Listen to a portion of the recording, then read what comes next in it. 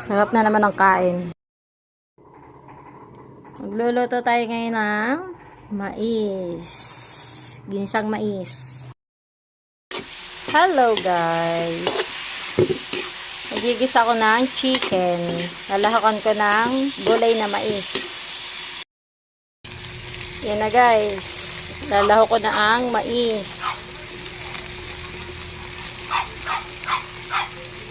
Ulam namin ngayong gabi. Mainit na guys, tubig ang ilalagay ko para madaling bumulak. Ayan mga kakulot, luto na. Pinapabulak ko lang ng konti. Nilako ko ng konting talbos.